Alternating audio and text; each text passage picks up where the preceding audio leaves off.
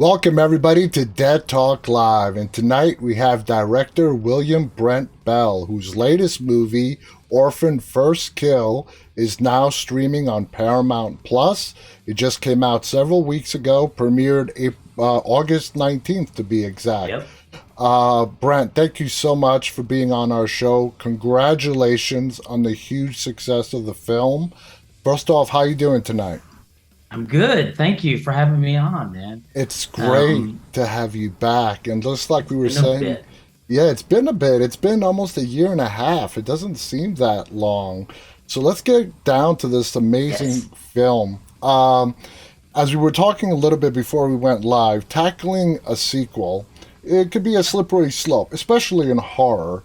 So when you were asked to take this project on, what were your thoughts? Did you have any reservations, considering how popular the first one was? What was going through your mind? Yeah, I was a big fan of the first one. So when they asked me to read the script, I was pretty surprised. It had been 12, 13 years by that point. And I was surprised they were making another one. And I was like, well, as a fan, yeah, like I'm excited to read the script. But I was like, but I'm probably not going to be the guy to make the movie because I can't imagine how you're going to live up to this great twist the original was so well known for.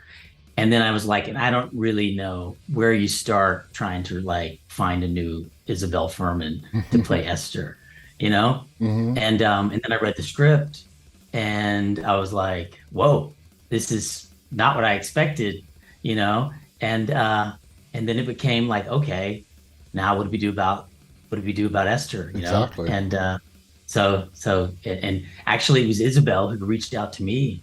Um and I was doing the screening that night and I was like, come to the screening. And she came out and met me, and then I was like, whoa, like, and she just she looked the same, and just a little bigger, and she was just really excited about like it was her character, and she's like, I Yeah, don't want to let the character go. So anyway, so it was all a crazy process. that sounds crazy. So was it the original plan to cast someone else as Esther? I don't think any. I don't think anybody really Thought thought that we far could ahead. cast her. I think everybody assumed that's kind of out of the that's not going to happen. And but we were just getting into prepping the movie or developing the like second, third drafts of the script or whatever when she reached out to me, and so everybody was like, they loved the idea, and I know they had been talking to her about a cameo before Wow. I came on board, and but like I said, when I met her, I called the producers and was like, this could really work, with Yeah. her. And it just changes everything. And Eh, they were like, we can make it work. We love the idea. Um, it's just like, can we do it? Yeah. Uh, We're going to get so into that in a bit. We're going to talk more about Isabel. Now, as a director, like we talked about, of a very popular first film taking on the sequel, did yep. Paramount allow you artistic freedom? Or being a big studio, this was a big studio film, did they try to guide you, sort of like repeat what they did in the first one, but just in a different scenario?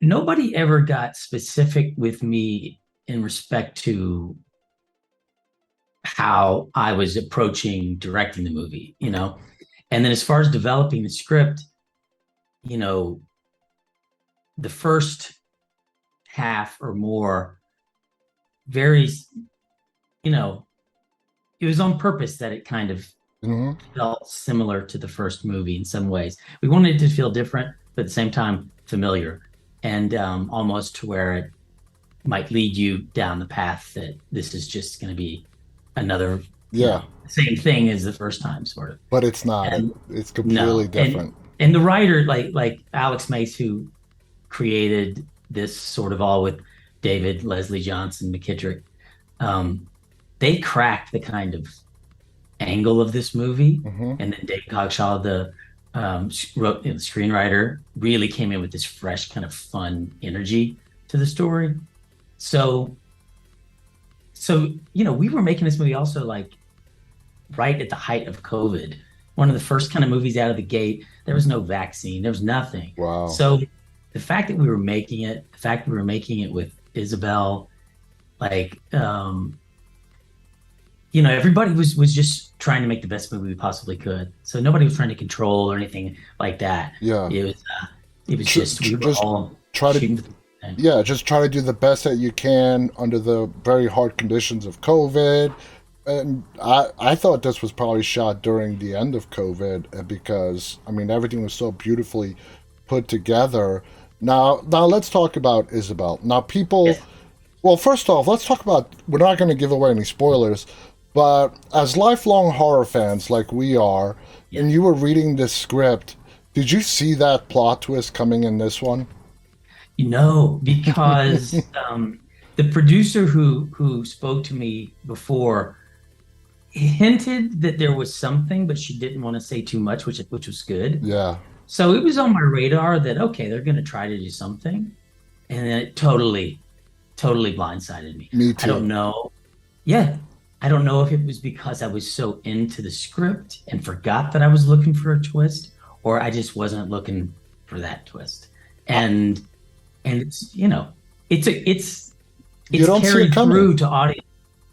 Yeah, I'll tell you my reaction. I was sitting on the couch late at night. Everyone was asleep. I was watching the film. And when that twist happened, I literally sat up on the couch. I was sort of laying down. I sat up to watch the rest of the movie. That's how off putting and just blindsided you. It came out of yeah, nowhere. Now, Isabel Furman, we got to talk about her transformation. People can understand the makeup part of it and, make her look younger. Isabel is a average size height woman. She's about 5'3", 5'4". What did you guys do as a director? This was my question for the height issue. I mean, how did you guys through the camera process make her look like she's 4.5, 5 feet tall, even shorter? How'd you do it? there were a lot of. I mean, I feel like we probably used every trick in the book. I don't know what that book is, but you know what I mean. And so we created contraptions that we ultimately didn't use, a lot of trial and error, like so that she wouldn't have to be on her knees, Yeah, which we did one test shoot day and she was on her knees like, oh, this is going to be really difficult. yeah, So we created this buggy for her that these two guys could move her around in, and it rolled around and it didn't work really though. And so we kind of got rid of that. We would build platforms where other characters would walk higher than her. And then what we realized the easiest thing to do was to put everybody in platform boots. So if it was a scene, she's able to move around freely, but all the rest of the characters are 6.5, 7 feet tall because they're in these 8-inch platform boots. gotcha. And then they're moving around freely too, mostly. And then, a lot of forced perspective, which, you know, quite simply, it's like you and I are next to each other, but I'm 3 feet back. And Yeah, if the camera's in the right position, it looks like we're next to each other, but I'm smaller. In actuality, when they're trying to look at yeah. each other, they're not even really looking at each other. They're pretending to look at each other because they're not next to each other. And and then where we put the camera, it's like we would always be angled down on her. We'd always give her kind of extra light, and it was such a challenge. hmm But it was super fun. It was just like solving a puzzle every day, every scene, getting together and going, all right, how are we going to approach this one? You Once, know, one scene in particular, as I was watching the film, that I'm like, this must have been especially challenging, is towards the beginning of the film that she steps up on a chair. yeah. Uh, I mean, was that like particularly challenging to show her up Well, on that chair? what was cool is and we used two really great body doubles. Um, and so if you look at that scene, there are shots like from a high angle security camera from behind. hmm So that's a little girl, standing on that chair. And then the guy was very tall. So those, we call them sometimes you call it a Texas switch, where we will take like one actor or a stunt person and in camera we'll switch that person out and you won't notice it. And in actuality, now you're looking at a double, or now you're looking at the actor. Yeah. And, there's that one shot that's kind of a one single shot Mm-hmm. when she escapes. I think there are four Texas switches in that scene. So we follow a little girl, and then the camera passes her. And when the camera passes her, Isabel came out of one of the rooms, and that little girl went inside the room, and the camera doesn't cut. And then when we swing back around, Isabel's in frame. And then when Isabel takes off walking, she hides behind a wall. She peeks out. Yeah. And then when she boats back, a little girl takes her place and keeps walking. So then we Wow. follow the little girl.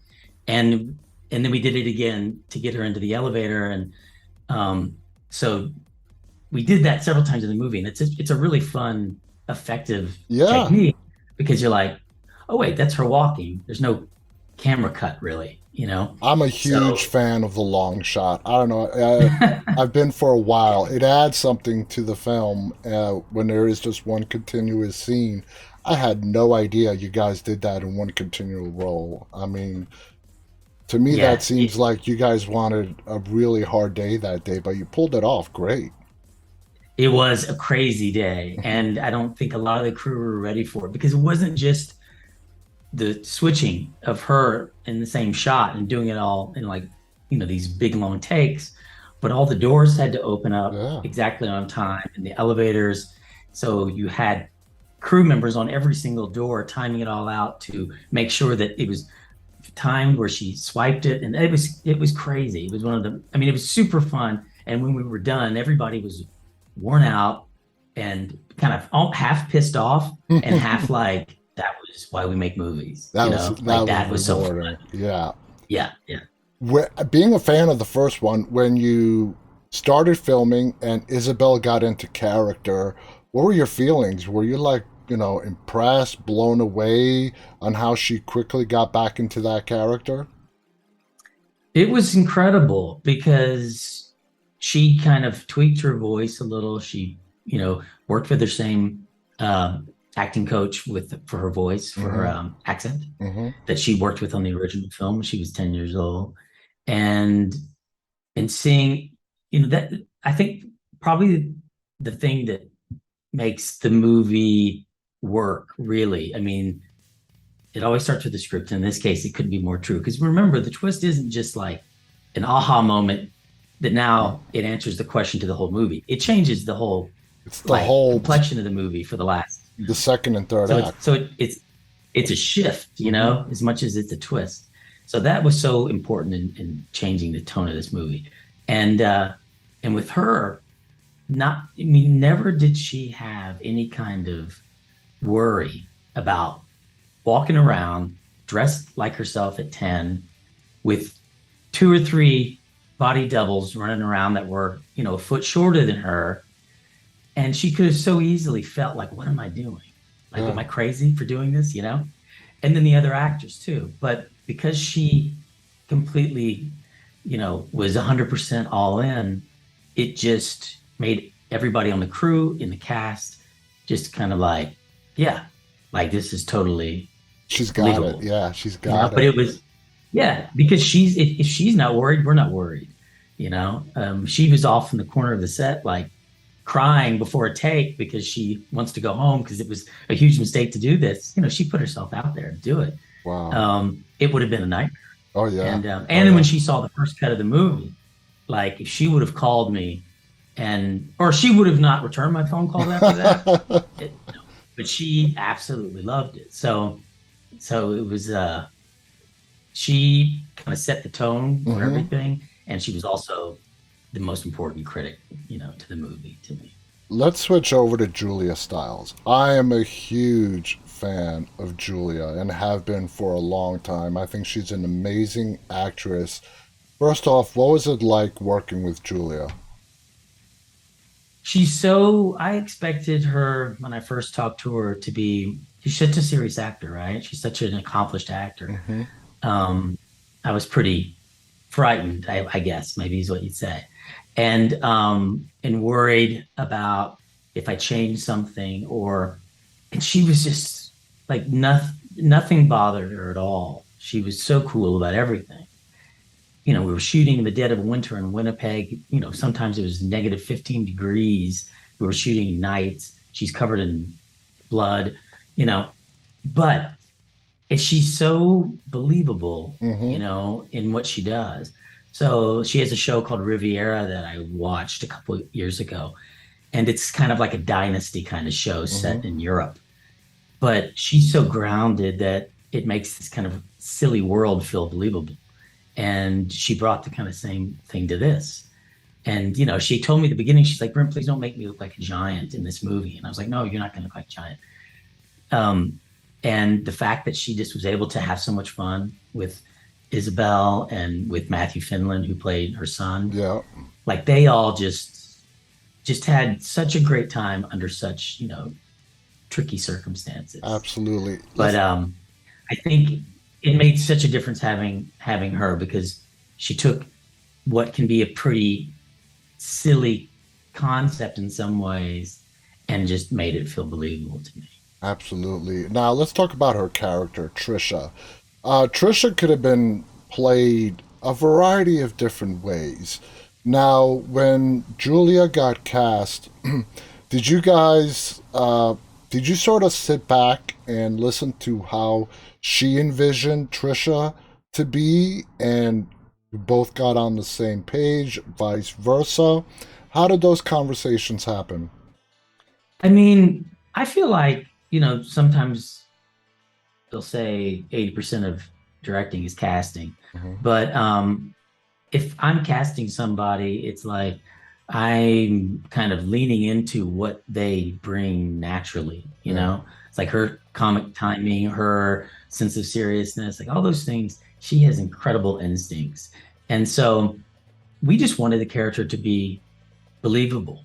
Yeah. We wanted it, and so we were on the same page about that. And um, if we played around with the scene, changed stuff, it's like she just snapped right into it. So it's like we shared a very common vision on like who Trisha is, That's and awesome.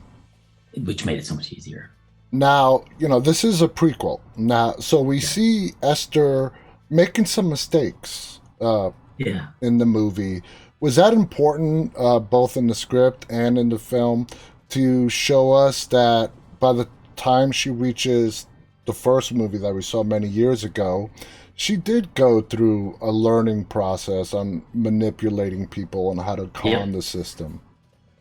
That was um, what I don't want to give maybe anything away, but it's like David Leslie Johnson, when we talked about the movie and he described the movie to me, he was like, Esther learns to become a better sociopath in this Yeah. story. And that was so from the outset, that was a big goal of the movie. Is she certainly has done plenty in her past, I'm sure, and she has instincts which are not kind, but she she sorry, she she needed to learn like how to be better at what she was doing if she's gonna like pull off these situations that she finds herself in. Would you And call yeah, would you call Esther a killer for fun, or a killer out of necessity to get what she ultimately wants? definitely not for fun. I think she enjoys it when she gets back at somebody, Yeah. but so she enjoys that side of killing someone, perhaps. But more than anything, she's somebody who's gone through like a tough life. So to me, I'm like, I really wanted to see that side of her where you would have empathy for kind of the situation she's in. So she puts herself, like many sociopaths, they put Hmm. themselves in situations that are not sustainable. Oh yeah. Like like if she wants to have a good life, she needs to live like an adult. Hmm. But she's probably been made fun of over and over in her life. And it's easier to pretend to be a child than it is sometimes to be this kind of woman with this condition. So I can imagine she's had her heart broken in all sorts of different ways and been wronged in different ways. So she puts herself in situations where killing is kind of the only way she can get out of it. But but I don't think she's evil, really. Yeah, I agree. I completely agree with you. Now, halfway through the film, I actually found myself rooting for Esther. So if you haven't watched the film, watch it because you got to find the reasoning behind that. But anyway, was that done intentionally to sort of amp up the suspense factor of this film, keep people on the edge of their seats? Yeah, I mean, I think that Hollywood has a tradition of rooting for the villain, rooting Mm-hmm. for the bad guy. And we see all of our favorite franchises, whether it be Michael Myers or Hannibal Lecter or Jason Voorhees, anybody, and it's like we follow the villain. I mean, we Yeah. follow this murderer through multiple stories. And in this case, it was like an opportunity to show a side to her that we could relate to Mm-hmm. and not only realize that, she's somebody who, um, you want to see win for a change because the people around her may even be worse than she is. Yeah. Also, I love the idea, the suspense, the ticking bomb of going, we know the characters in the movie may or may not know she's lying about her age, but they don't know how vicious she can be and how Exactly. she's a ticking bomb. And so I just love that idea of, when across the story, is she going to snap? Because we Mm-hmm. know what she's capable of Oh doing yeah. if she does snap. And so for me, yeah, that's what hopefully ratchets up the tension and the Absolutely. suspense is Absolutely. wondering when is she going to finally lose it, Uh-huh. which is kind of exactly what she does. Yeah, because she goes through so many. The character Esther in this movie goes through so many different. We see her in so many different phases, Yeah. moods, and so on. You guys have to watch because we're not giving away any spoilers. I want to thank our guest tonight, William Brent Bell. The movie again is called Orphan First Kill. It is streaming right now on Paramount Plus. If you're not a current subscriber of Paramount Plus, they do have a 7-day free trial. You're going to love it. They have some great stuff on there.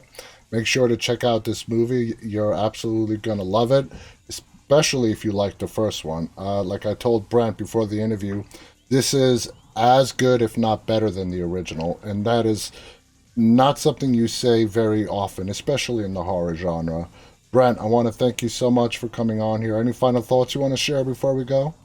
Well, I think just being in the conversation of being as good as the original is more than we could have hoped for, or Yeah. certainly was the goal.